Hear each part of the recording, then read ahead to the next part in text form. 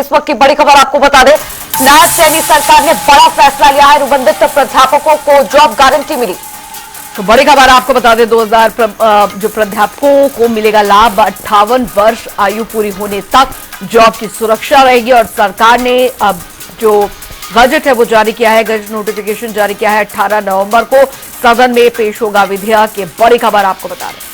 सेवा सुनिश्चितता विधेयक सरकार 18 नवंबर को पेश करेगी। सीएम सैनी ने जॉब सिक्योरिटी का वादा किया था सरकार बनने से पहले, और अब ये वादा पूरा करते हुए मुख्यमंत्री नायब सिंह सैनी बीजेपी सरकार हरियाणा में नजर आएगी।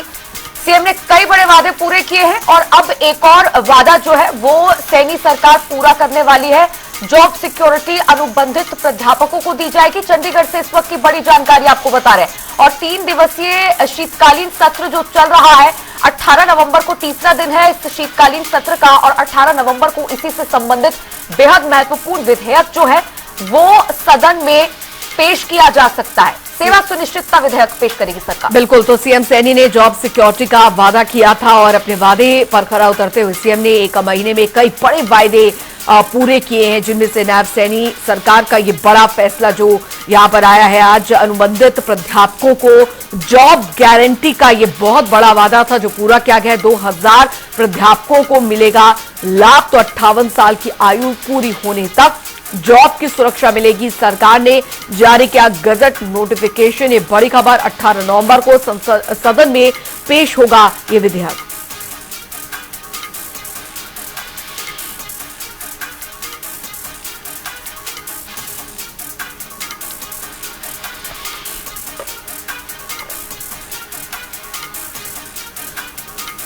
तो बड़ी खबर आपको बता रहे हैं, बड़ा वादा जो है वो यहां पर पूरा किया गया है।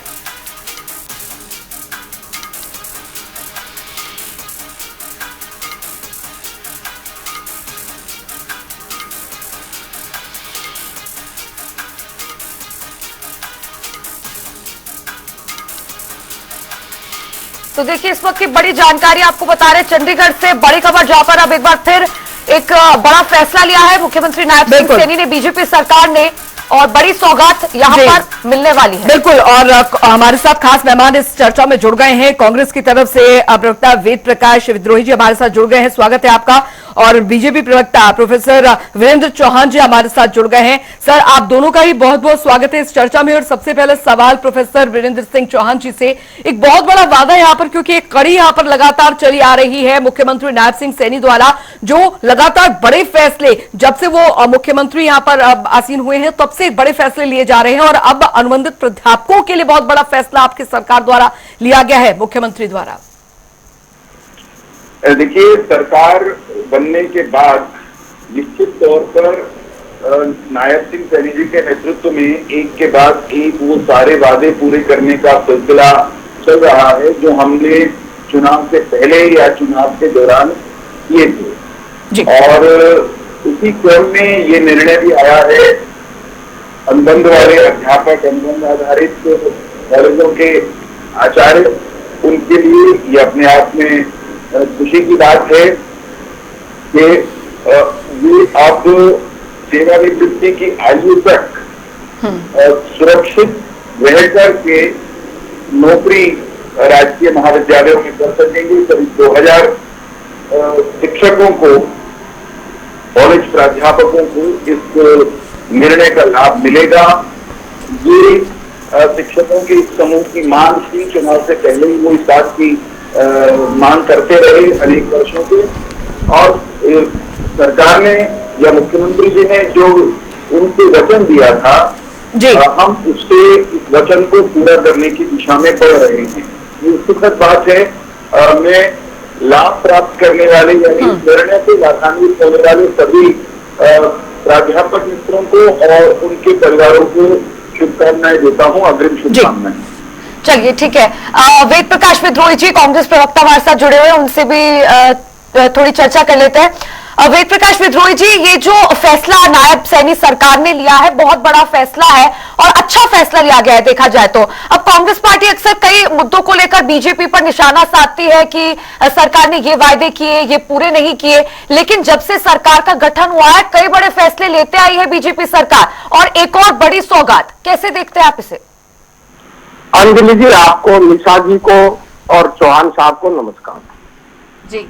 आपके लिए बड़ा वादा हो सकता है, भाजपा के लिए बड़ा वादा हो सकता है।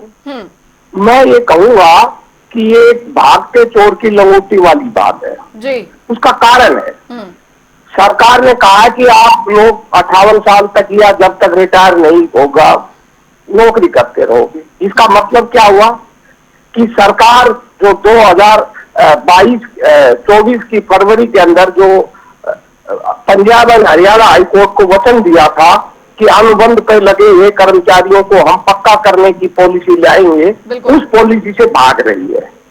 अर्थात उन्हें जब तक ये नौकरी करेंगे अनुबंध पर ही रखना चाहती है। अच्छा। ये कोई शिक्षा ढांचे के लिए कोई अच्छी बात नहीं है। आदरणीय प्रोफेसर साहब, चौहान साहब स्वयं एक प्राध्यापक रहे हैं। जी जी। अब आप मुझे बताइए, 4800 पद तो पहले ही खाली पड़े हैं, 8100 के करीब हमारे यहाँ स्पीकर पद है सहायक प्रोफेसरों के, और लगा रखे हैं 3300 जी।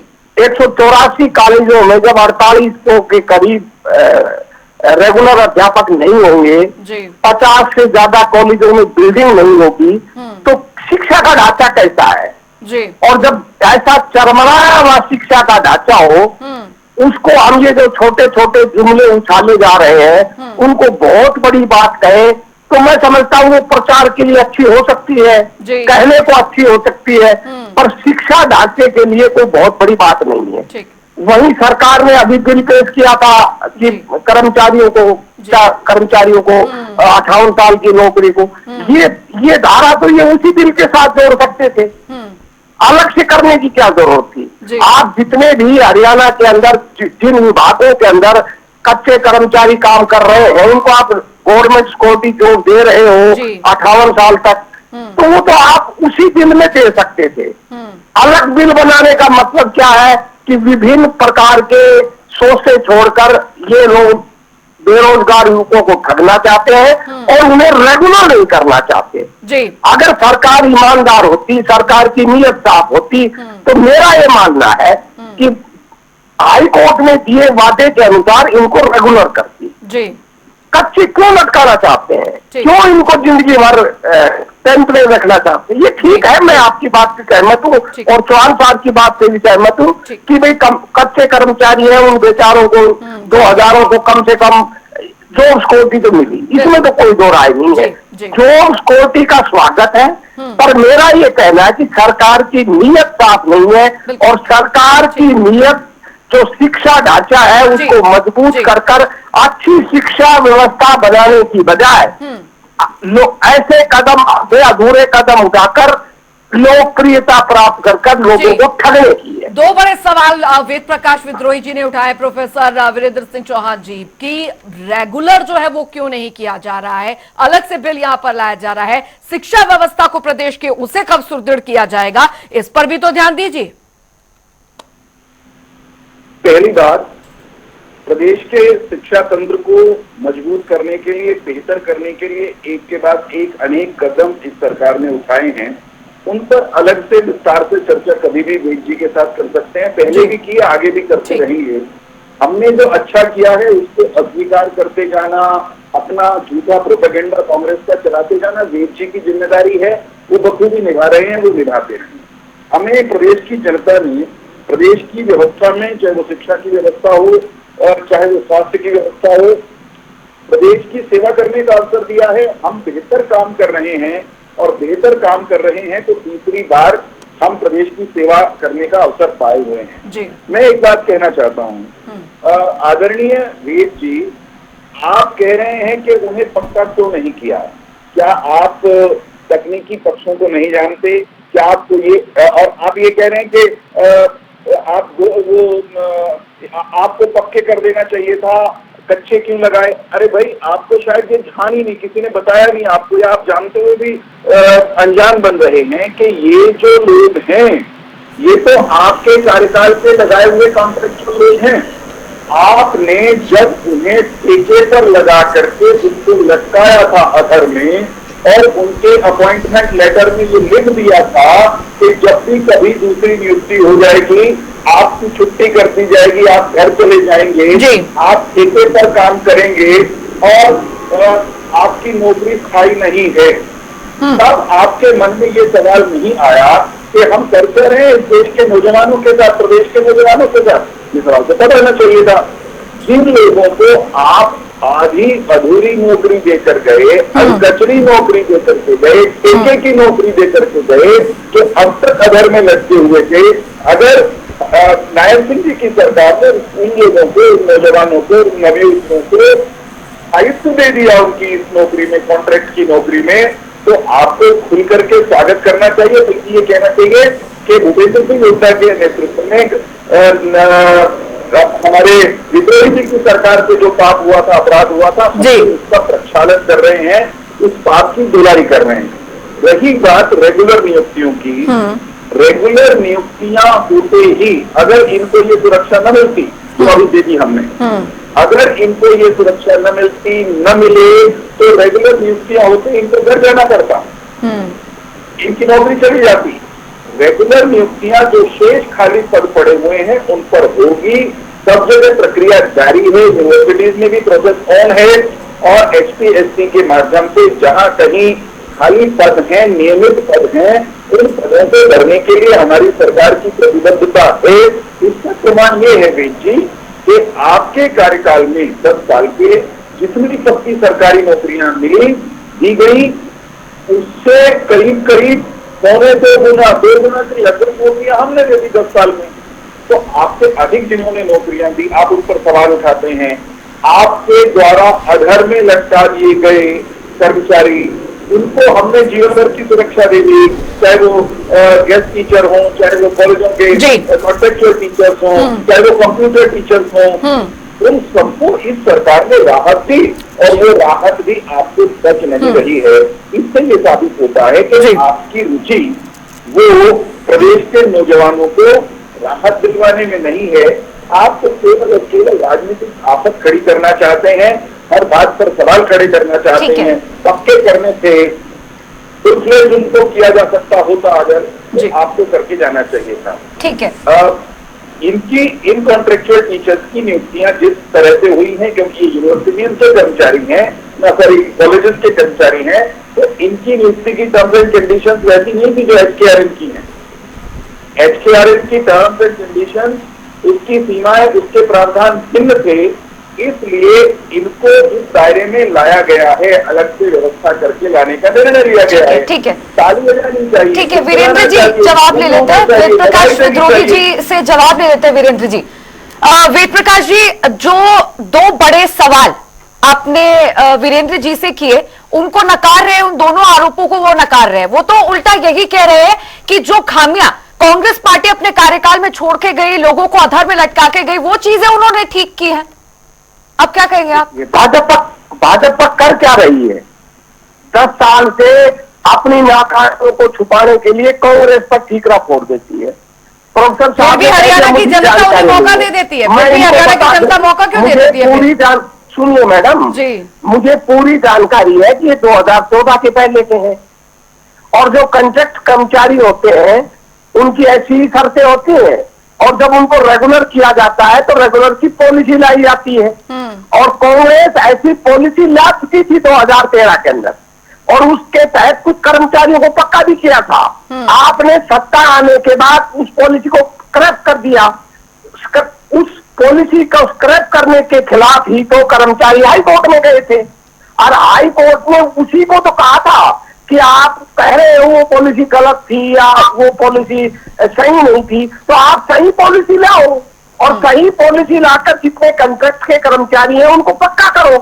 और आपने 2024 के अंदर, फरवरी के अंदर हाई कोर्ट के अंदर यही वचन दिया था कि हाँ, हम पॉलिसी लाएंगे और इनको पक्का करेंगे।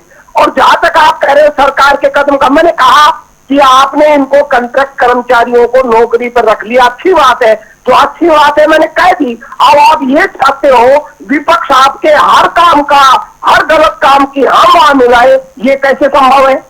मैंने सवाल ये उठाया था कि आपने ये तो 4800 वैकेंसी खाली पड़ी है, आपने 2000 कर्मचारियों को कह दिया कि भाई हम तुमको कॉन्ट्रैक्ट पर रखेंगे। इसका मतलब क्या है कि ये तो जिंदगी भर कॉन्ट्रैक्ट पर रहेंगे।